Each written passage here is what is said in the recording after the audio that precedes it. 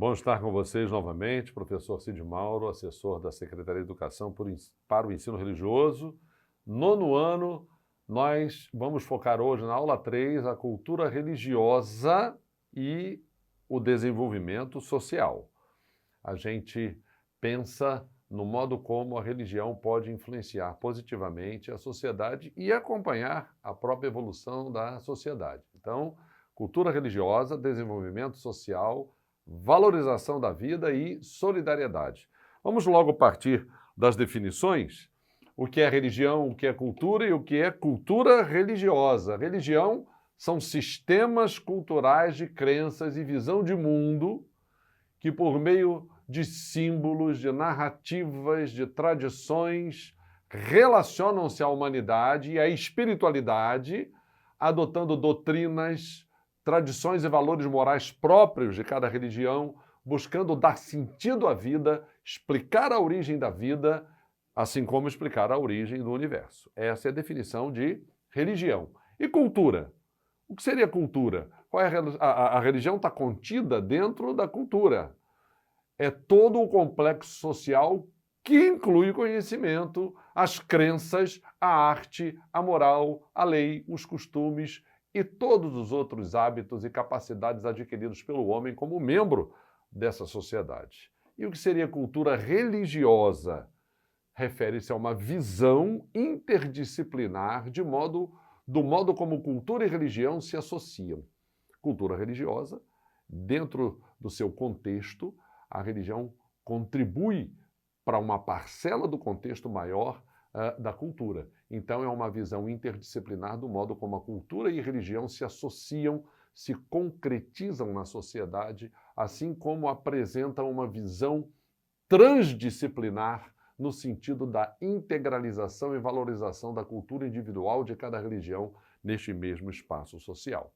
Ok? Então, há um diálogo entre religião e cultura, assim como há uma proposta da religião no contexto da cultura. Então, baseado nessa definição, vamos avançar? A gente tem no currículo de referência único e na própria Base Nacional Comum Curricular itens que visam as competências socioemocionais.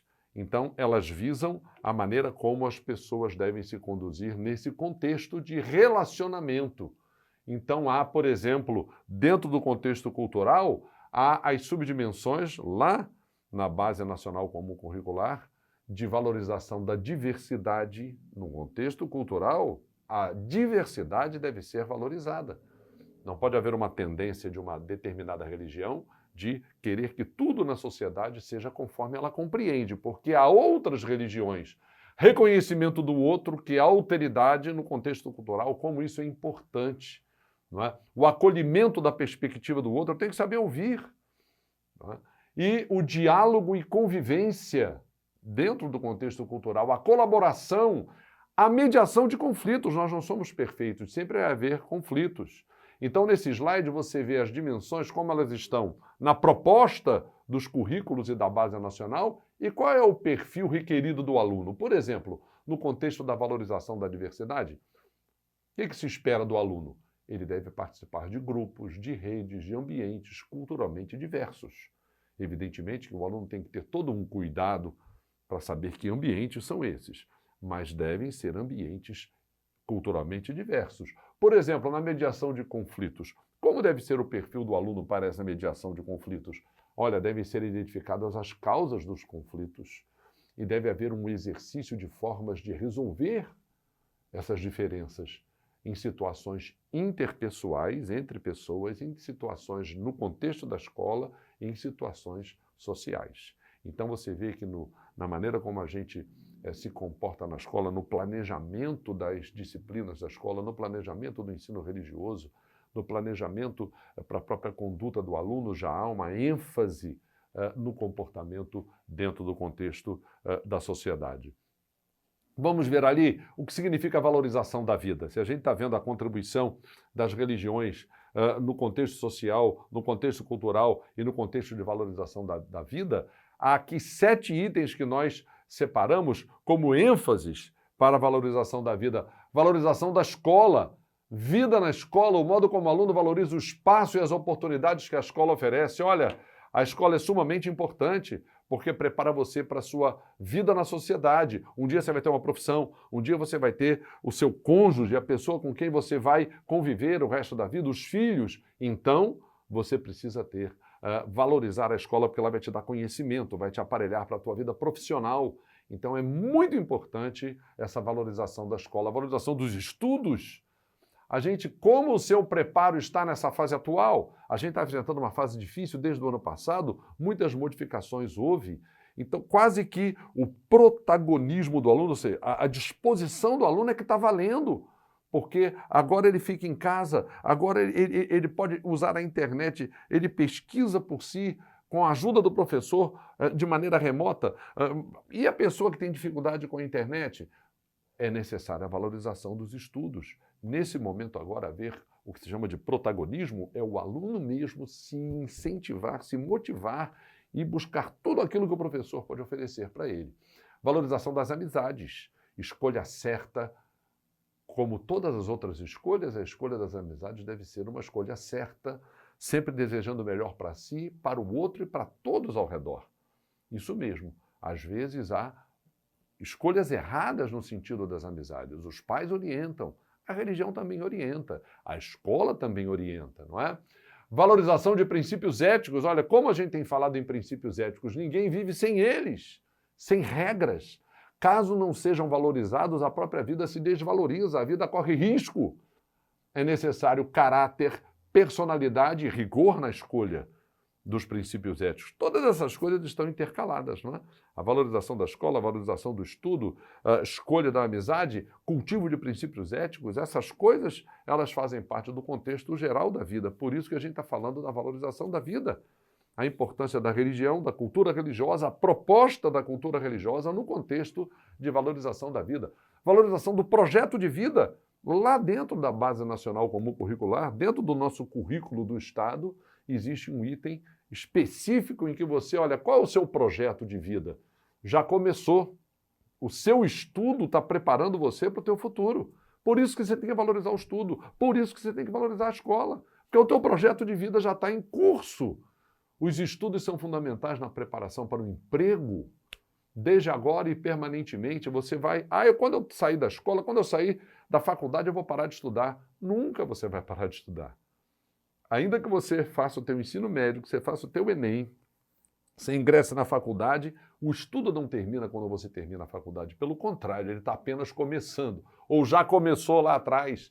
Então, desde agora, permanentemente, a aplicação e disciplina nos estudos são fundamentais, ok? Valorização da mente e do corpo.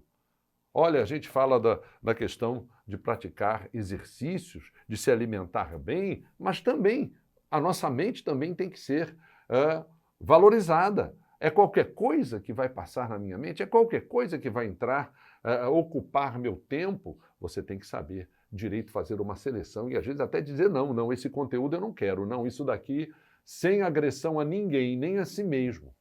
Você vai se preservar o seu próprio corpo, preservar a sua mente. Não vai agredir o outro, mas também não vai se permitir ser agredido ou agredir-se a si mesmo. Há pessoas que agridem a si mesmas, fazem escolhas que são ruins para a sua mente e para o seu corpo. Atividades e conversas construtivas, saber escolher amizades, afastar maus exemplos, ver, ouvir e só fazer o bem. O mundo está cheio de maus exemplos, você tem dúvida disso? Então você tem que ver direitinho para que você valorize. Valorização da vida é valorização da mente e do corpo, valorização social, o teu ambiente de convivência, o contexto de vida precisam ser influenciados. Eu tenho que influenciar bem o meu contexto, eu tenho que estar em contextos em que eu sou bem influenciado. É essencial frequentar ambientes saudáveis, fugir de ambientes onde a personalidade será influenciada negativamente. Há lugares, há conversas, há pessoas que vão influenciar negativamente a minha personalidade. Então eu devo fazer o quê? Evitar. E isso tudo implica na valorização da vida, não é? Nesse slide, a gente vai falar aqui quais são as possíveis contribuições das religiões nesse contexto de desenvolvimento social. O O que uma religião ou o que as religiões podem fazer nesse sentido, no contexto da sua contribuição? Vimos lá, a cultura religiosa é o quê? A religião no contexto cultural, mas a contribuição que ela pode oferecer. Há um diálogo entre a religião e a cultura. Ela está dentro da cultura, mas ela tem uma proposta. Quais são as áreas carentes do desenvolvimento social que as religiões podem até se unir para contribuir?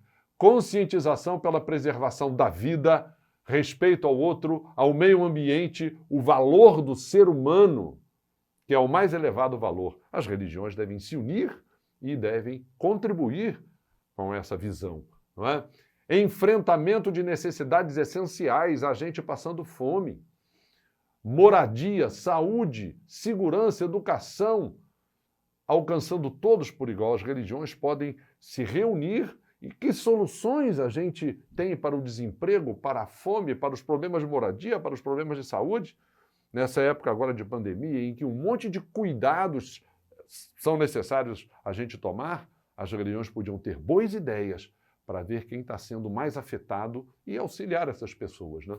Defesa da distribuição de renda, dos salários dignos, igualmente distribuídos, é uma contribuição que as religiões juntas podiam oferecer. Luta pelo fim da discriminação social. A religião não deve ser um fator de discriminação ela mesma e deve lutar pelo fim de qualquer discriminação social, convivência com as diferenças, pluralidade, né? Defesa dos mais vulneráveis. A gente vê violência contra a criança, violência contra o idoso, violência contra a mulher, violência contra o indígena. As religiões tinham que se preocupar com isso. Todas elas juntas, que força isso vai representar, não é? Humanização da ciência e da política. Puxa, a política era para ser humanizadora. Infelizmente, há certas condutas que não são humanizadoras nem na ciência e nem na política.